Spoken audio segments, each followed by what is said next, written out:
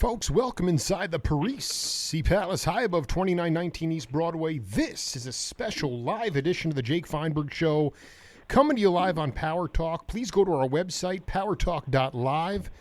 Download our free app and stream all of our live local programming, including Solomon on Blast, the Jim Parisi Show, and yours truly, the Jake Feinberg Show. And we can't thank you enough for making us part of your day today.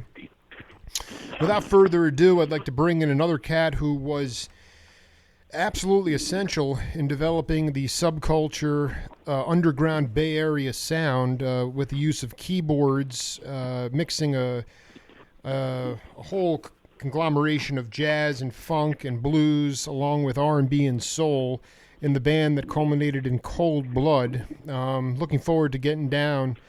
Raul Matute, welcome to the Jake Feinberg Show. Great. How is that? Can I just?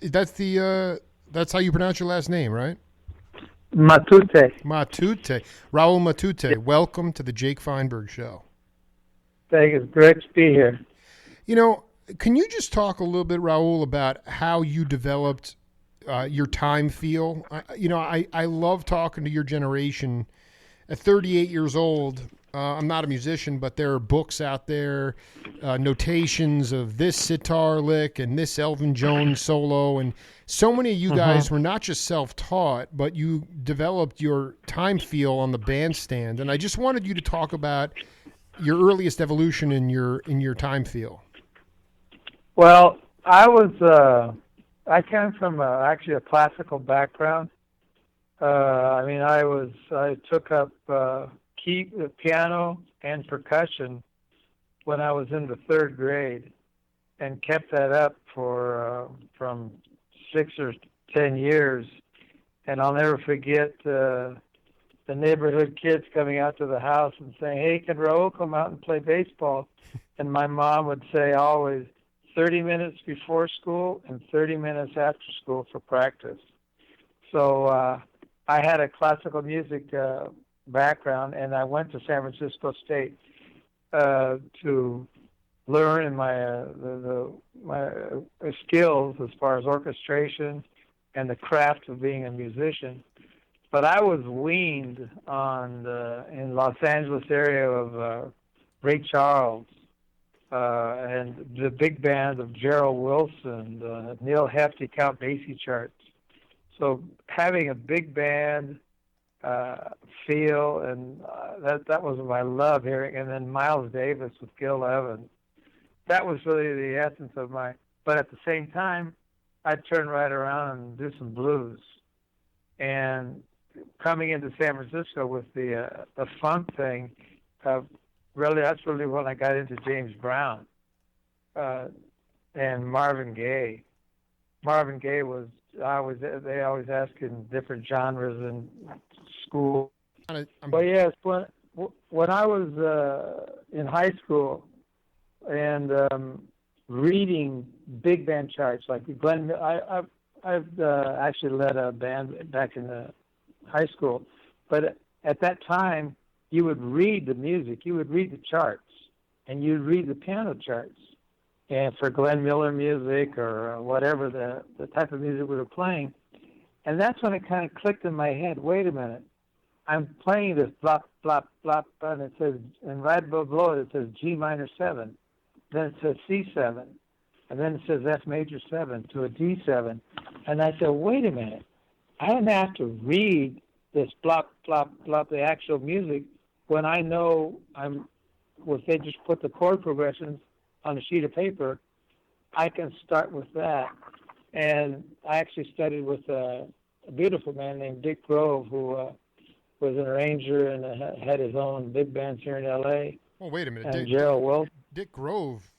I think Garibaldi. Yeah. Garibaldi played with that, learned under that cat. Yeah, Dick Grove had the Westlake School of Music down here in Los Angeles.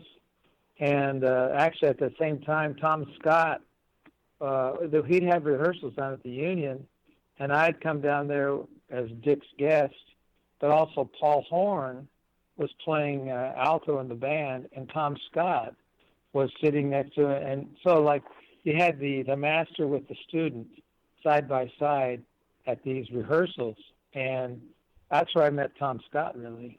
And actually, it was funny because Tom Scott had a group at the Hollywood Bowl, the Battle of the Bands, and so did I. And we took third, and they took first. But our trumpet player got the best award for best soloist of the evening. I interviewed Tom a couple years ago. We had a cosmic discussion, and I'm curious about the kind of music that you were, what were you guys, was it modal jazz? Was it Birth of the Cool? I mean, where was this at? Because there was a combination that, like, when Miles Davis, Miles plus Gil Evans and Miles Davis 19, those in Springsville, those I remember really to this day coming out of high school, and KKGO would come on the jazz station here in Los Angeles, and it was like, school is over,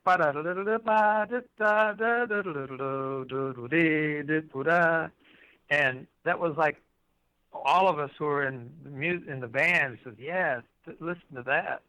And I was really between bossa novas and big band jazz, and I used to tell some young students who would want to have, like, stacks and stacks of Marshalls with 1,000 watts of power, and this is it. Look, if you ever have the chance, go find a well-rehearsed big band and get in there about 15 feet in front of that big band. You will experience a power in your chest and in your ears that you cannot compare to anything else. So, to me, big band music, and that's where I really, with the horns, and writing for horn arrangements and strings, that was my love. And then later on, when I got to when I started listening to we formed Cold Blood, I was not really too much in tune with James Brown, but as soon as I did, I said, "Whoa, this is some funky stuff." Can you break down specifically the syncopation? What caught your ear about what was going on rhythmically with Brown? Well, a lot of people think it was funk music and like James Brown type. It's just, whatever you want to do and the thing will just blend and kick in. No. And I think in that document I sent you last night, that was my senior thesis book, that it's well rehearsed, like what exactly is the guitar player playing, and it'll be in tune with maybe the keyboard and the bass and drummer. Everybody's got their own little pockets to make it jive, and James Brown would just scat over the top and make his own lyrics, whatever, and that's what made it. I mean, people think that it's just real loose and you can do whatever you want. No. It's extremely well rehearsed for the first, 20, 30 minutes, and then you just go with it.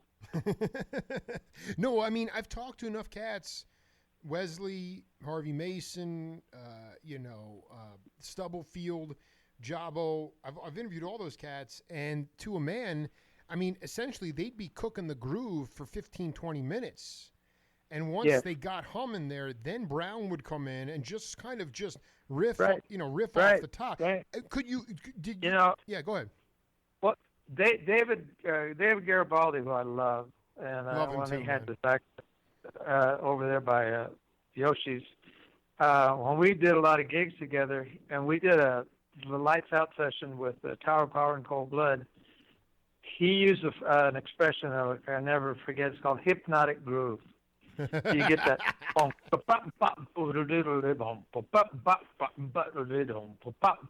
and that just goes on for days and days.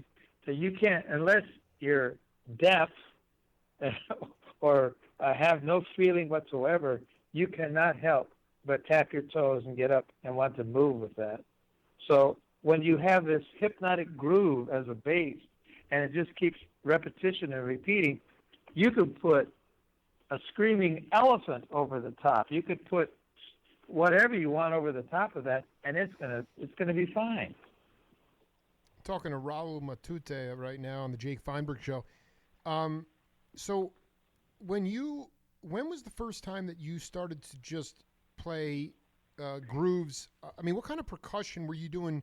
Congas? Is it timpani? Was it was it percussion for classical? I mean, to me, that this part of the problem in my mind, with the one reason, aside from the deluge of information, we're just saturated in material now.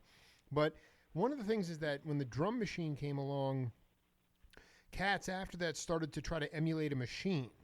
Whereas before, you talk to any of the legendary drummers, cats like John Guerin were, monsters. But you talk to John Densmore, I've done 3 interviews with Keltner.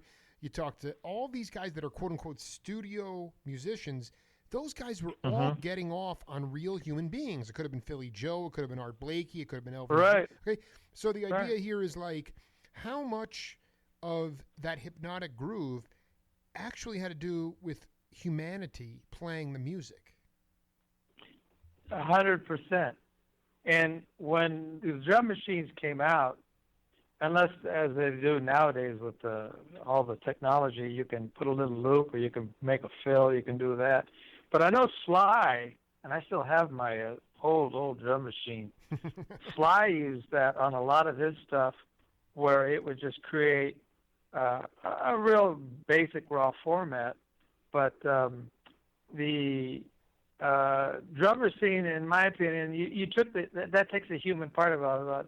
And when you have, humans playing the kit or playing as a keyboard player, though, when I was in high school, you don't play a keyboard in the marching band.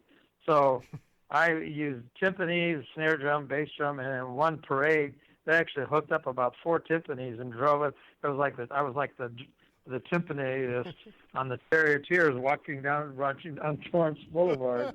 But yeah, I would play the timpanis, but then I would play a trap set, and having the traps, having a percussion experience plus a keyboard, that was a great marriage for like vibes or any kind of percussive instrument with a keyboard on it. This is the other part I wanted you to talk about. Is I often talk to the bass players.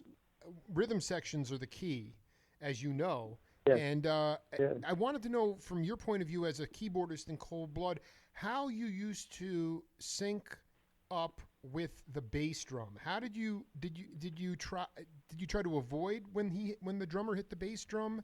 Because these are the things that are this. I just want music to breathe. I don't want it to sound like mush.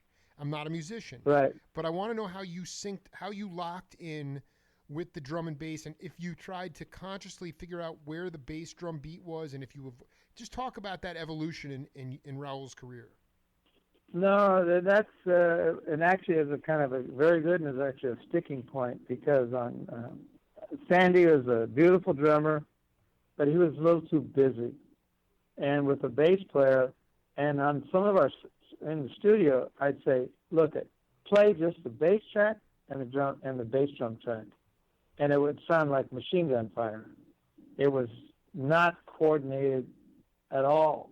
Well, I don't want to say at all, but it was not coordinated correctly, where you could have a punch and some open space. Who was it? Dizzy Gillespie used to say, "It's not the notes you play, it's the notes you don't play." It was Miles, I think. Yeah, but it doesn't matter. Miles? No, Okay. I did. So instead of listen, that's history. What's done is done. Talk about how the music should breathe in Raul Matute's book. I want, this is so important, how to the interlocking of not just the bass drum and the bass player, but also the keyboard player. Well, and the guitar player too. Absolutely. In a studio, I used to try and make a square cross. In other words, if you took a cross, the bass player is in one of those, like in a room where he's in one of the baffles, the drummer's in another baffle, the guitar player is in another baffle, and the keyboard player is in another baffle. You can have the amplifiers, way back far away, but each of the 4 individuals are right there standing with extreme eye contact with the 4 players. And that's where you have to develop and bring it to lock in where it's syncopated. And so the bass player, well, actually with Rod and I lived together he was my roommate in school. Wow. And we would play everything from Neil Hesse music to standards. We had a little casual group.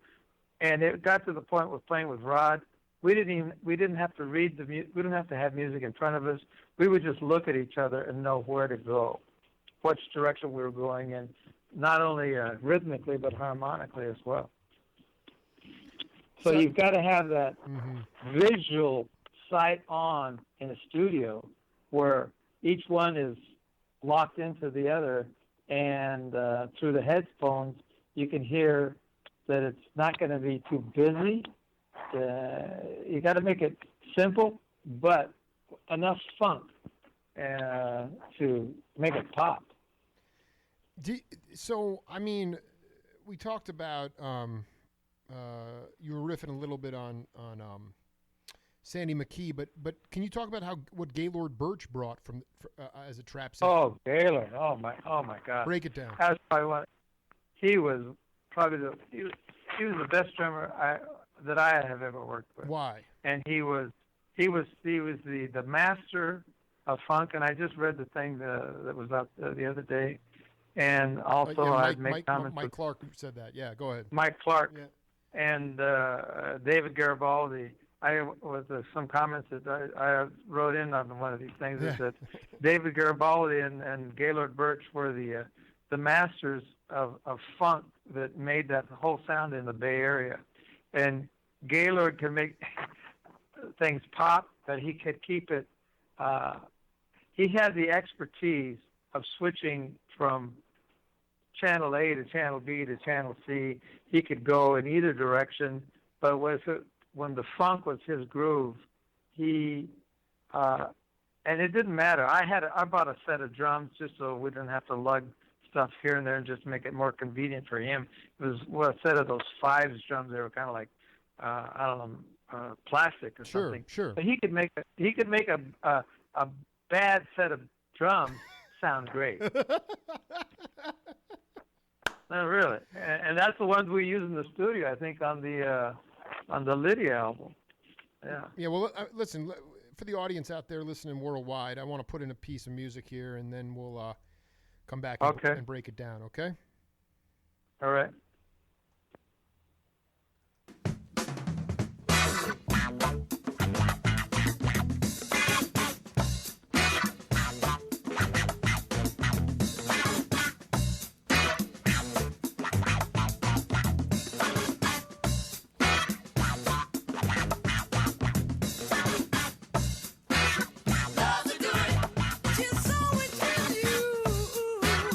Love to do it to the point of belief.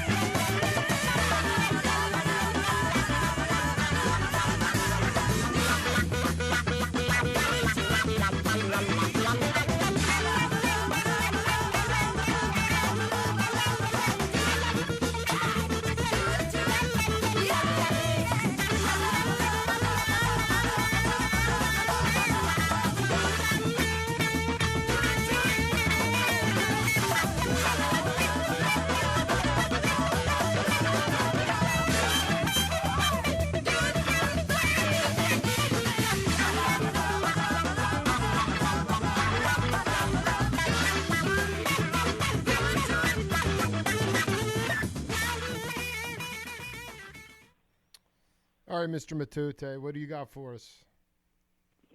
Well, I think that cut was one of the more recent things that Lydia's done with her new band. But if you listen to, and I even mentioned it in my thesis there too, that if you call 1, 2, 3, 4, the and of 4, and it's a sliced tone, and then it was prevalent right there with the B3 or even a horn punch.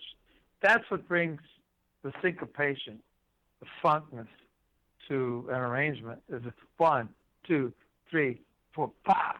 That pop on the and of 4. Well, I want to be clear that tune we just played was off Vaco presents Soul of the Bay. That was you. Oh, okay. James Fulton. That was Fulton. The Vaco. Yeah, that was the Lights Out album. Now, is that what you can say definitively? Where the small baffles were there, and you could look directly into Rocco's burning eyes and figure it out. Right. Break that whole thing down. Because listen, this is about.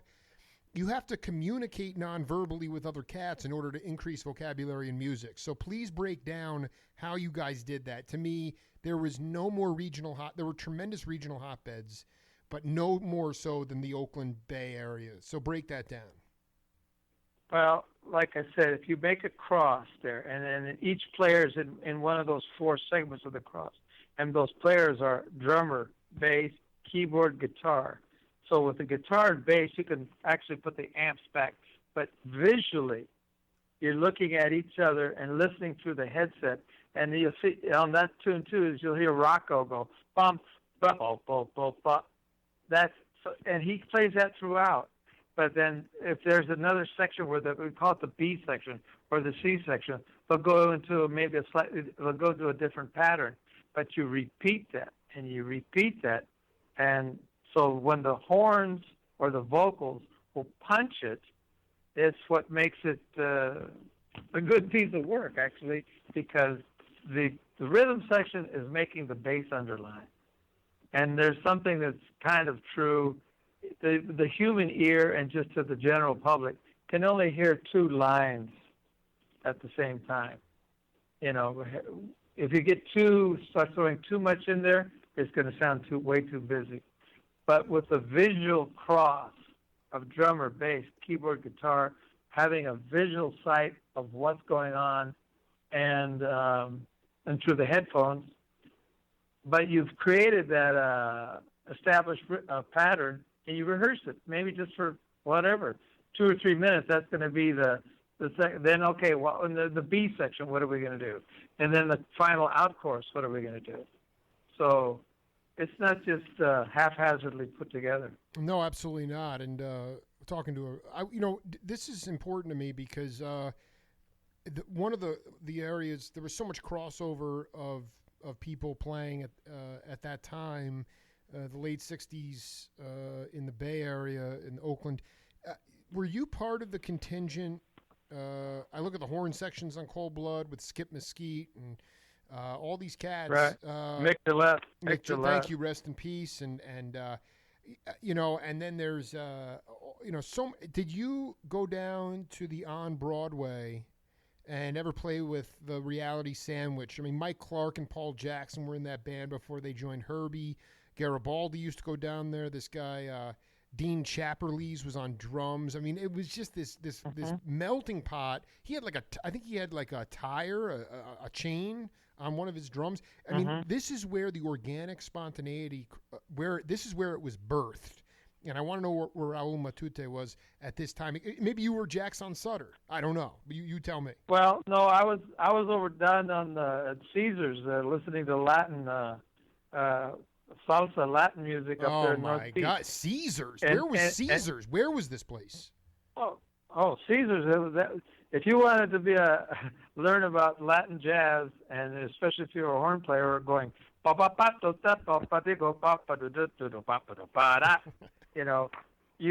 to read those kind of charts, you had to be very good. But also I think it was called the if and or something on the Vincadero. The both and. The both end. That's right. I've left the Bay Area. It's been some 25 years now, and I've been back here in my home in Los Angeles. But at that time, I was going to school at San Francisco State, and I was actually playing a little theater piano. I was doing down there in Ghirardelli Square, doing Mother Courage and a few other plays. But I would hang out at Caesar's. It's just I want to break this. So what years were these essentially? Oh, this is 60. Oh gosh, but Cold Blood was I remember it was December 1969 when we went on our first on tour. So I was going to school from 64 through 68, 69 in there. So I mean, was it you were at school at the same time that Magadini and George Duke and those cats were there? Well, they were probably a little. Was there later, but on San Francisco State campus, John Handy, was Janice Joplin. It wasn't Janice Joplin. It was the big brother in the holding company. Right. The Great Society. These were campus bands that became part of the Grateful Dead. Janice Joplin. Janice got us our start. That's a long story. Janice could you try to explain it the best you can? Because it's one of the reasons I do my show. There was this classic story, and it was we were part of not then Bill Graham's stable, but we had a gig out in Pleasanton, I think, somewhere out there, and it was the Big Brother and the Holding Company. And they were headlining, and we opened the show. I did an arrangement of Every Little Piece of My Heart, Carla Thomas. And I had built it up with horns, and it was a nice arrangement. And none of us had any idea that she was doing that song, Janice. So we did the piece, and the road manager, I said, who's this crazy lady coming out? I wouldn't say lady, but anyway, she's coming out and saying, you're playing my song, you're playing my song. And I told Jim, our stage manager, I said, Jim, get that thing off the stage. Anyway, the story is that she had recorded Little Piece of My Heart, but it hadn't been released yet. So in that window period, we played together. The next week, or a few days later, she went to Bill Graham and says, hey, there's this 4'11" chick named Lydia Pence, and they got this group they're called Cold Blood. Why don't you give them a listen? So we did. And she turned us on to Bill Graham with David Rubinson, and with David, there was the gig in Mountain View, and he brought out Ahmet Ertegun from Atlantic, and he signed us up almost on the spot. Wow, that's going to take me a minute to process. That is so. Going back, I mean, this is fascinating because I've talked to, I've done a lot of exploratory work about the jazz clubs and the soul clubs in Oakland and the jazz clubs in San Francisco. But Caesar's, I mean, are we talking about the Escovedo brothers? I don't remember Cal Jader playing there. Who were the cats? There was the guy who owned it. I think his actual name was Caesar something or other. Oh my God, Caesar Escarunas, right? I guess I'm not sure. Oh my God, Caesar, dude! Some of the best. Go ahead.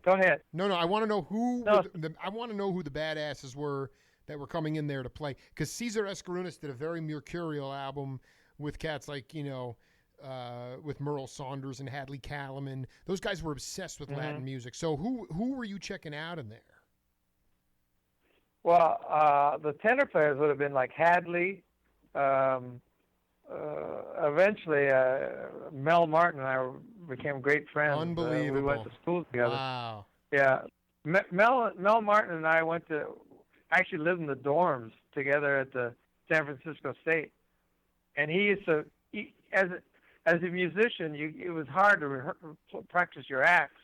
So he would go into the stairwells and blow his tenor, and the people over in the golf course could hear it. And I said, there's got to be some golfers out there who say, where's this sound coming from?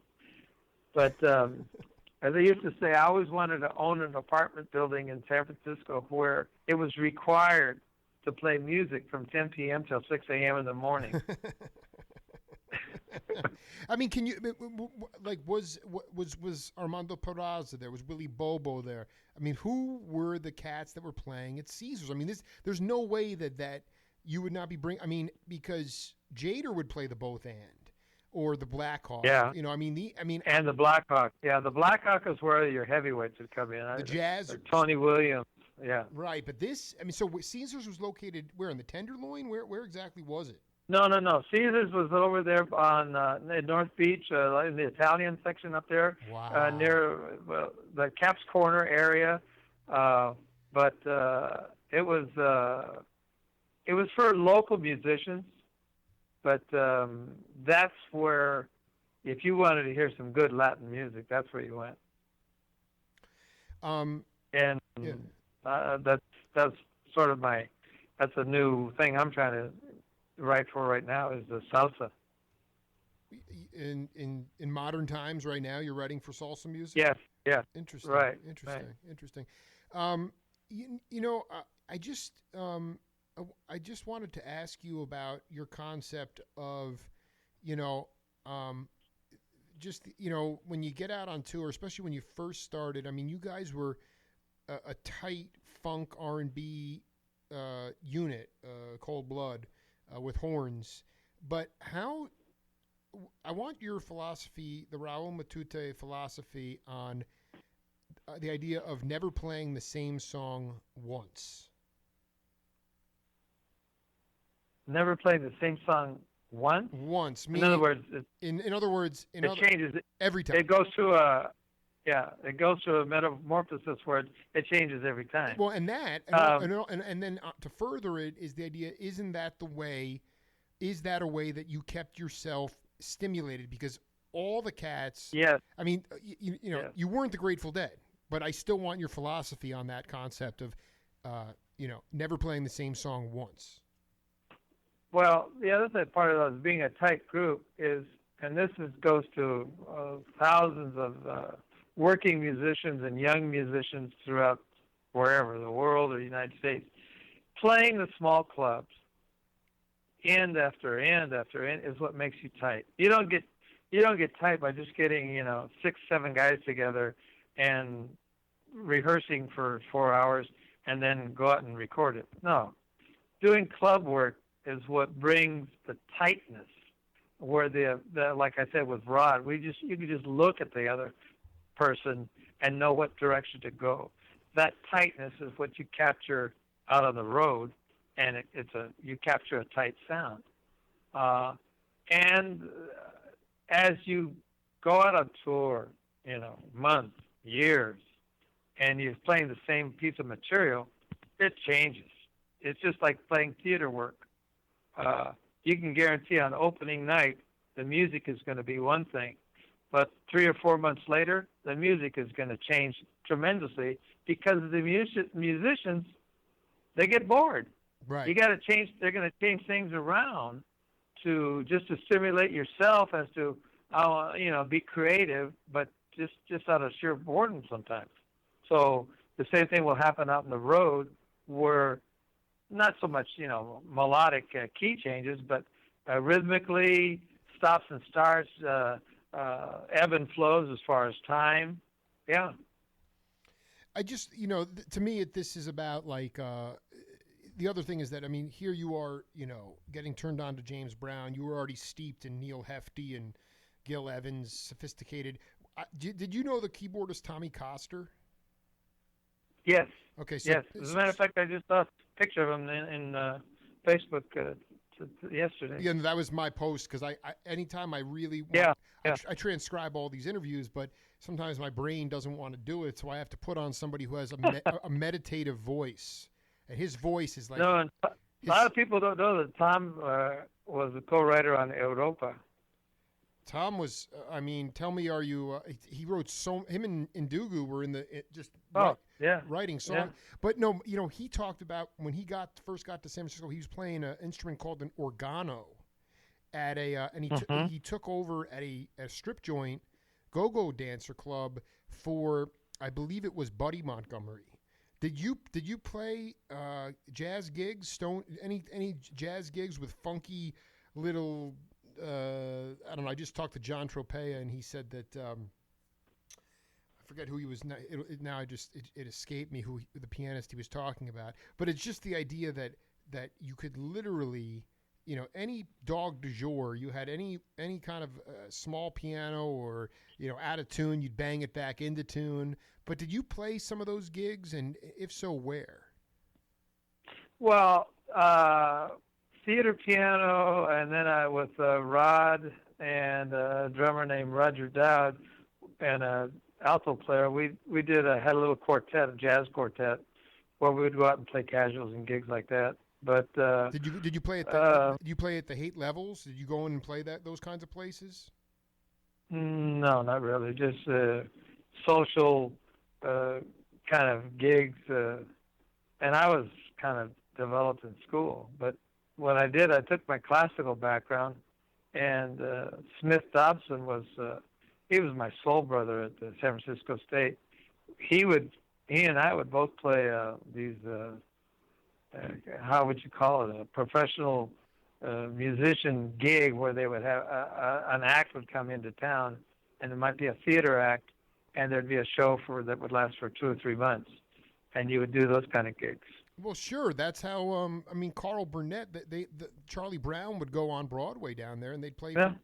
Yeah. So who were some of the acts that came in that you got the 2-month gig on? Well, no, that was with the not on Ghirardelli Square. It was with David Linneman and I think it was called the Something Players. I was the musical director and the pianist for Bertolt Brecht's Mother Courage. I forget a Threepenny Opera. Oh my God, that's unbelievable. Yeah.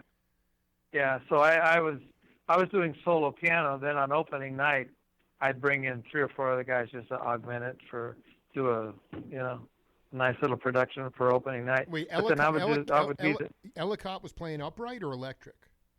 No, he was playing electric. Okay, so this is so important because you had I've interviewed all these Jerry Granelli and Noel Jukes. These guys were like stretching. This was like electronic jazz. Were you just playing straight standards, or were you guys actually like playing original comps? No, we were playing for casuals. We were playing just straight casual, just casual type of music.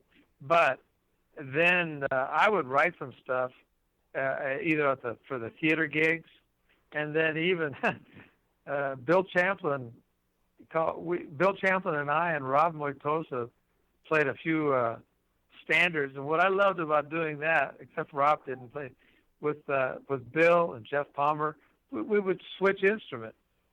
I'd play B3 and I'd play drums, and then he'd play bass. We'd switch around. Wait, this is blowing my mind. Champlin was playing bass? Oh, yeah. Bill would play B3, or he would play bass, or obviously sing, but there was only 3 of us. And then, I would play out there with their studio out there in Mill Valley, and it's Jeff Palmer. I interviewed Palmer. Great multi-instrumentalist. He's an excellent player and B3 player. And then sometimes I would just be on drums all night.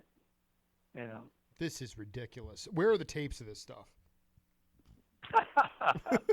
somewhere in the sea out there in Mill Valley.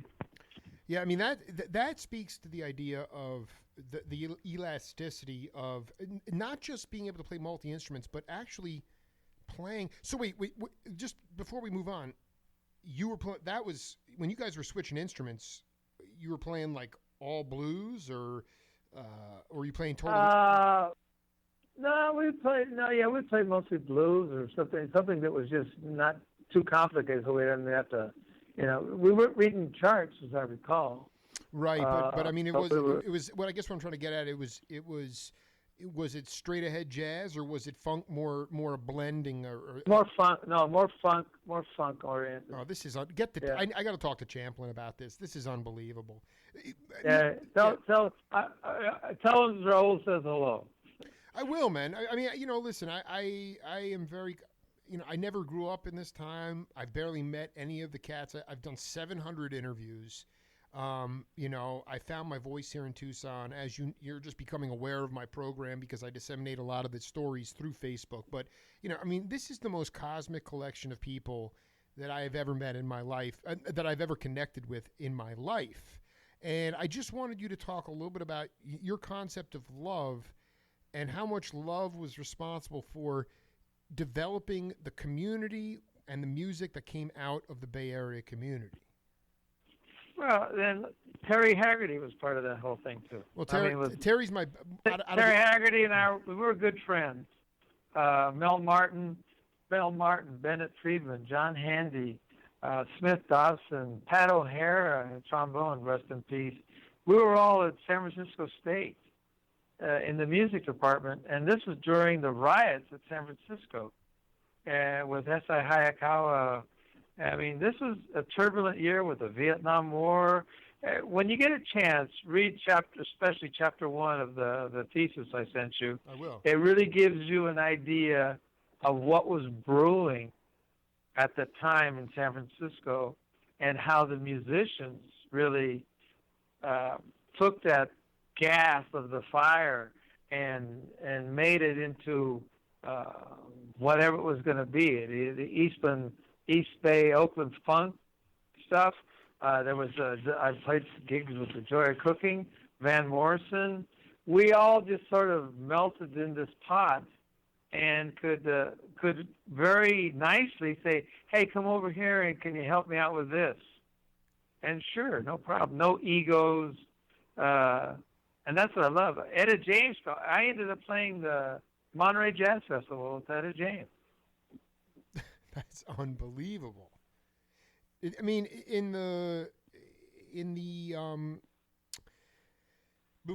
Before you moved up to San Francisco, did you experience the true? I remember talking to Larry Coryell about, rest in peace, about the jazz life, embracing the jazz life. Did you experience any of that in Southern California in the sense of going to see organ trios at Larry Gale's Coffee House, Charles Kennard, or, it could have been any of those cats. But, did you actually, and then ultimately the jazz lifestyle, meaning you pretty much, you're playing music and you're not really, and you're scuffling at the same time. Was that an attractive thing to you? Was that something that you said, I don't want to go down that road? I only ask because I'm producing a film documentary on Stan Getz. And Getz, Getz, for as brilliant a sound and tone and perfect time, feel, perfect pitch, for everything that came out of him, he was a junkie through and through, like hard right. abuser of drugs. And through my research and 46 interviews on this project so far, there was a period of time in the bebop era, I know you were young at that time, but if you weren't on junk, you weren't trusted. I just want to know if you ever had any brush with that, and if so, just riff on that. No, well, in Los Angeles, before I went through high school here in Torrance, and actually, see, I don't know how I could explain this. I was president of the South High of the student body. I was senior president, junior class president, leader of the dance band, leader of the pep band. So I had a great high school years. Yeah, you sound like an all-American cat. Yeah. So I went up to San Francisco. But when I was here in Los Angeles, the person that I would go see at any time was Gerald Wilson. Gerald Wilson was and studied with Dick Grove and another arranger, Bill Fritz.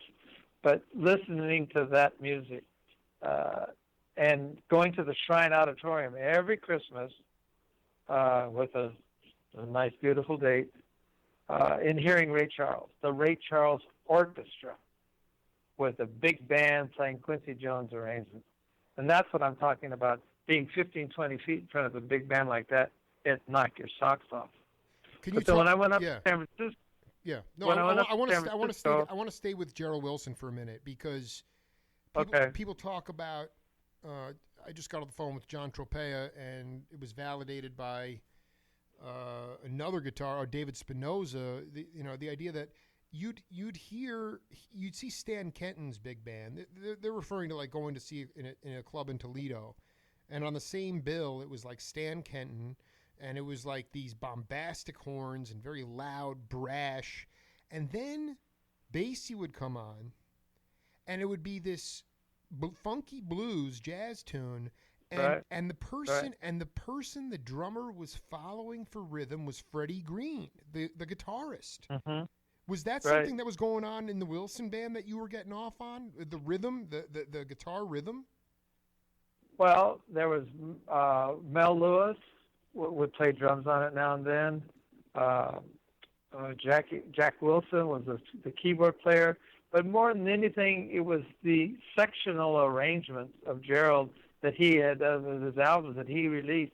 And he got a certain timbre and tone with the trombones and the tenors where it almost sounded electronic. But I knew it wasn't electronic. It was the way he voiced the midsection voicings on some of his arrangements. And I said, that's Gerald's sound. Okay, then he was singing Latin.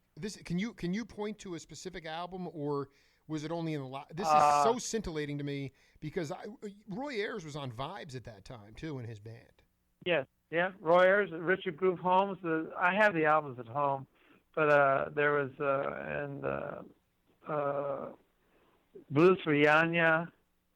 It was one of his first two albums, but there's on some of the ballads where we could stretch the harmonies. Yeah. And there was a certain, when the trombones would kick in and it's not something blasting, it was just the voicings with the trombones, and I think with the tenors, saxophones, where it almost sounded like metallic, like synthesized, but it wasn't. I would maybe in part two we can pick up on the nuanced qualities. This is really where the rubber meets the road with my show, because quite honestly, I mean, you're talking what, like 64, 63 in that range, or yeah. So I mean, this was pre Beatles. Nobody was plugging in yet. Yeah. It was like right. Unbelievable. Did you? No, but going on the other part though is I knew that music was going to be my life, and I left the music world there for a while, and I went to work with the airline industry. But as I tell everybody, this is my job, but music is my passion. I dig. I knew that if I was going to be a musician, there could be a one-way road, like the movie Ray, with drugs and drug abuse and alcohol and that and the other. And I would, do something when we were on stage, but I couldn't handle it because I couldn't focus and concentrate. So I stayed away from it. And I used to call myself, are you a hippie? I said, yeah, but I'm a responsible hippie. I have an American Express card. That's the way I used to put it. But when I left San Francisco eventually and came down to L.A., I immediately got offers to go out on the road. And I go, no. And as Rod used to tell me too, he says, Raul, we have to change our homes to Holiday Inns, so when we come back home, we're not confused. The album that I just found, and I haven't vetted it that closely, but this it was maybe possibly the last album that you guys did. It was that piece of there was a big piece of block ice on the front, and right. That's the last one. Now, where can you talk about that? You had a world group set up there. I mean, was there an intentional move there? I mean, you had Sasaki, you had it was a very multi-ethnic group. I mean, how did that group come together? Oh yeah, well, on that album, I kind of stayed away. I had led the group for 6-7 years, and done a lot of the writing, the arrangements, and did studio work. And I said, Michael, why don't you take over on this one? So it was a lot of Michael and Danny Hull's work, but with the the equipment and the Moog synthesizers, and the one piece that I did on there, which I really loved, was "Let Me Be the One," and I keep wanting to. I want to revamp that because it has the taste and the feeling of the current Bruno Mars "Uptown Funk You Up." Sure. And what I want to tell people is that I wrote that tune 40 years ago, probably before some of the guys in that band were even born. Absolutely. So I'm thinking about trying to rearrange it, revitalize it, to see if commercially I can make it into something. But we on that album we kind of just stretched out the whole picture of what we wanted to do. And Lydia's still, as you know, she's still going on. She's got her group, and she's working with different people. And actually, one of the people I still want to work with her is Paula Harris from San Jose, and they do the Divas thing with 3 or 4 women out on stage. But I knew that if I was going to get media got offers to go out on the road, I didn't want that. I wanted to have some kind of a family life and stability. So I made a decision there to still play, but to get a regular job per se. Oh, I dig. Are any of the original cats that you are still in touch with, that you just still... Oh, yeah. Mel Martin, Bill Atwood, Tom Harrell is in Jack Walrath. Tom Harrell he's made his own beautiful success in New York, and he wrote the arrangement of "You're the Sunshine of My Life." But Michael Sasaki, I was in touch with Skip, where he passed. I helped him on one of their albums with Skip and Lydia, and then Mick and I were going to get together with doing the Paula Harris thing, but and Michael Andreas, she's been in Hollywood here for years, so we keep in touch. Well, Raul, we're going to do part 2 down the road. I had an open spot today. I've been on a blistering pace this week. I tend to get into these manic phases where I don't do interviews for a little while, and then all of a sudden it's Pat Martino, Michael Carvin, Peter Albin, Raul Matute, John Tropea, Wavy Gravy. It doesn't ever end. And I just really... Well, I enjoy reading your material that I see on Facebook. Believe me, I really do. It gives a young person who is interested in music to have a history and see it's not just style A and style B. And I listen to classical music. I used to say, what kind of music do you like? Because I like everything except country western. But now I love country western because it's very humorous and it tells a story. Well, and I think it's also the idea of moving away from promoting the idea of the being masters of all trades and having a deep bag of songs, because we've entered into a period of time of one-dimensional players. I'm a rock guy. I'm a hip-hopper. I'm a jazz. Right. Dude, come on. Right. Play it all, man, and study. Right. And so, Right. I mean, just you drop knowledge and your stories are going to be transcribed and they're going to be blown all over the place, man. So thank you for the support, and we'll be in touch. I appreciate it, and thank you very much for the interview. Yeah, love always, man. Take care. All right. Bye-bye. Another heavy day here on the Jake Feinberg Show, set 2 with John Tropea. And then we were treated to just an absolute wonderful interview with Raul Matute, a gifted multi-instrumentalist. And that's it for us. We're back maybe tomorrow, definitely Friday. Until then, we're going to rejoin the Jim Parisi Show in progress. They're weird with men with young kids, I don't know, whatever. But here's my problem. You're separating again. Now, I almost started today's show with a long list of achievements by women in power. And then I realized...